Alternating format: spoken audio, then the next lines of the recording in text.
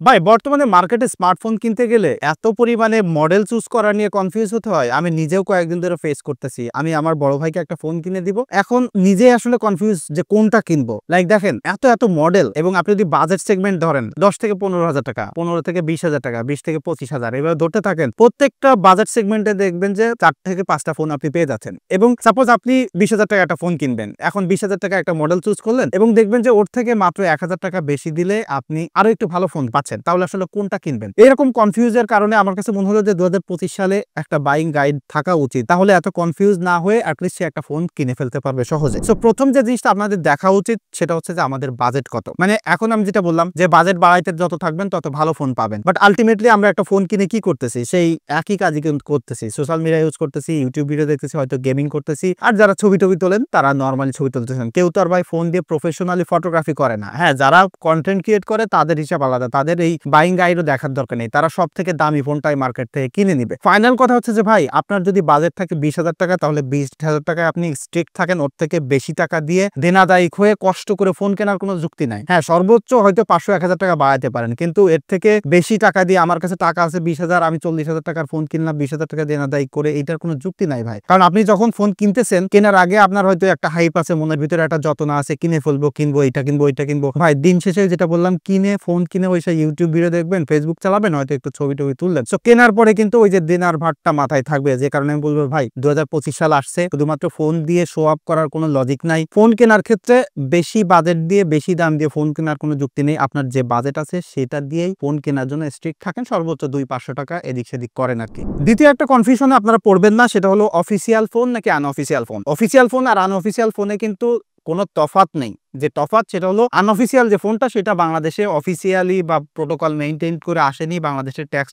দিইনি, ফাঁকি দিয়ে চুরি করে আনছে। সো যে কারণে ওই ফোনটা আপনারা কম দামে পাবেন। আর অফিসিয়ালি যখন একটা ফোন বাংলাদেশে আসতেছে তখন কিন্তু তারা আসলে ইম্পোর্ট ট্যাক্স দিচ্ছে, বা বাংলাদেশে যদি সেটা বানায় টোটাল মার্কেটিং এটা সেটা কস্ট মিলায় তাদের একটু বেশি কস্ট হয়, যে কারণে এটা বাংলাদেশে তারা বেশি দামে বিক্রি করে। সো অফিসিয়াল ফোন কিনলে লাভ কি? আপনি অফিসিয়াল ওয়ারেন্টি পাচ্ছেন, ডিসপ্লে প্রবলেম হলো এটা সেটা যাই হোক না কেন, তারা কিন্তু এটা আপনাকে গ্যারান্টি দিচ্ছে, সিকিউর থাকতেছেন। আর আনঅফিসিয়াল ফোনের ক্ষেত্রে আপনি দোকানে গেলে অনেক কম দামে ফোন পাবেন, কিন্তু দোকানদাররা আপনাদেরকে বলবে সার্ভিস ওয়ারেন্টি আর 7-8 দিনের রিপ্লেসমেন্ট গ্যারান্টি দেয়। সো রিপ্লেসমেন্ট গ্যারান্টিটা ঠিক আছে, তারপর দেখবেন যে অনেক ডিসপ্লে বা ব্যাটারি বা অনেক নেটওয়ার্ক এটা সেটা বা সফটওয়্যারের কারণে তারা কোনো গ্যারান্টি দেয় না রিপ্লেসমেন্টের। সো আনঅফিসিয়াল ফোন কিনতে গেলে যেটা হচ্ছে যে আপনি লিটারালি ধরে নেবেন কোনো ওয়ারেন্টি নাই। অনেকেই ভাবে যে 1 বছর তো সার্ভিস ওয়ারেন্টি দিচ্ছে, এটা তো ভালো। ভাই সার্ভিস ওয়ারেন্টি কিছুই না, আপনাকে বলবে সার্ভিস ওয়ারেন্টি। আপনার ফোনে নিয়ে গেলেন, ডিসপ্লেতে প্রবলেম, বলবে স্যার আপনার ডিসপ্লে কিনতে হবে, আর লাগানোটা আমরা ফ্রি লাগাই দিচ্ছি। তো আলটিমেটলি লাগাইতে যে ডিসপ্লের দাম সহ ওই লাগানোর দামই নিয়ে নিবে। অফিসিয়াল আনঅফিসিয়ালের ক্ষেত্রে তফাৎ এইটাই। তবে আনঅফিসিয়াল ফোন কিনলে হয় কি অল্প দামে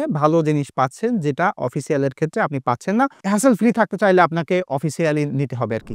আরেকটি যে হচ্ছে এখন একটা ট্রেন্ড হয়েছে, লাইক প্রচুর মাসে মাসে তো ফোন রিলিজ হইতেছে, তো আমরা একটা ফোন রিলিজ হইলে দৌড়ায় যে কেনার জন্য পাগল হয়ে যায়। অনেকে হয়তো টাকা পয়সা গোছাইতেছে যে আমি একটা ফোন রিলিজ হলে কিনবো, এবং সেই ফোনটা রিলিজ হলে দুপ করে যে কিনে ফেলে। এইটা করবেন না। একটা ফোন রিলিজ হইলে আপনি ওয়েট করবেন ওই ফোনটার একটু দাম কমার, ওইটা একটু সফটওয়্যারও স্টেবল হওয়ার পর্যন্ত, তাহলে দেখবেন যে ওইটা কিনে মজা পাবেন, কিছু টাকা সেভও করতে পারবেন। প্রয়োজনে 2-6 মাস আগের পুরাতন মডেল ফোনগুলো কেনেন, সেগুলো কিন্তু খারাপ না। মানে এখন আমরা অনেক চিন্তা করি লেটেস্ট কিনতে হবে। ভাই 3-4 বছর 5 বছর আগেরও একটা ফোন যদি এখন ব্যবহার করেন, কোনো কাজে আপনার স্লো মনে হবে না। তাহলে শুধু নতুন আসলো মার্কেটে ওইটা দৌড়ায় যায় বেশি টাকা দিয়ে কেনার কোনো যুক্তি নাই। ধৈর্য ধরে, যেটা বললাম, একটু স্টেবল হইলে মার্কেট, তারপরে ফোন কেনেন। এবং যারা স্মার্টফোনের টার্ম সম্পর্কে জানেন না, তারা কিন্তু একটা কনফিউজে পড়ে সবসময়, সেটা হচ্ছে যে দোকানে ফোন কিনতে গেলে বা শোরুমে যেখানেই যাবেন বলবে স্যার এটাতে এত পিক ব্রাইটনেস আছে, এইটার র্যাম এত জিবি, এটা এত ওয়াটে ফাস্ট চার্জ করতে পারে, এইটাতে IP69 রেটিং আছে। এগুলো আসলে গিমিক বলতে পারেন। লাইক একটা ফোন এখন আশ্রয় দেখতেছেন, এখানে ওখানে ফালায় মার্কেটিং করতেছে, তো ওই ফোনগুলো আসলে আপনি কি কিনে এরকম আশ্রয় নিয়ে বেড়াবেন? আর ফালাই দিলে কি ওটার আপনার গ্যারান্টি দিবে না। সো ওইটার পাল্লাই পড়বেন না। আর একটা জিনিস হচ্ছে পিক ব্রাইটনেস, রোদে যে চালাইতে পারলেই তো হইলো, কত পিক ব্রাইটনেস এটা সেটা না দেখে দেখবেন যে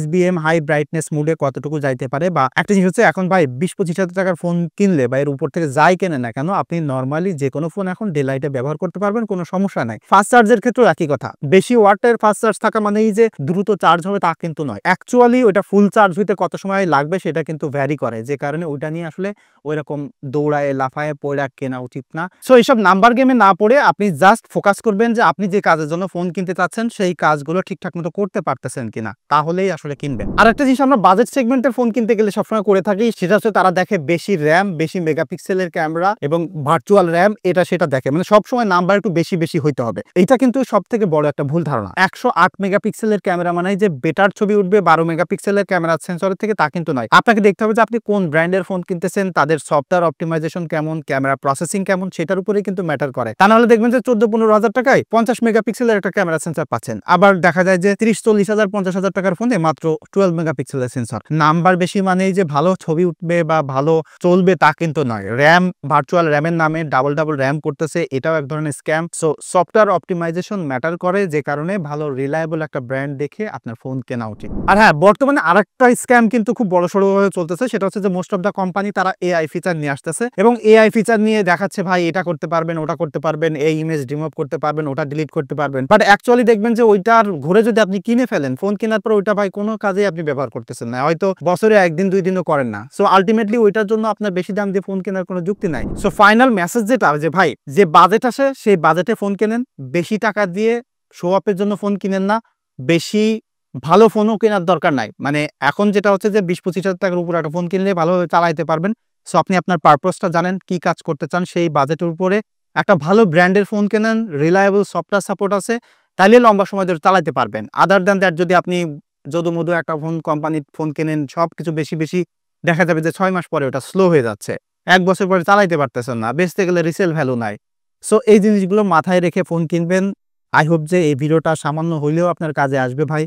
দেখা হচ্ছে পরবর্তী ভিডিওতে। ধন্যবাদ সবাইকে।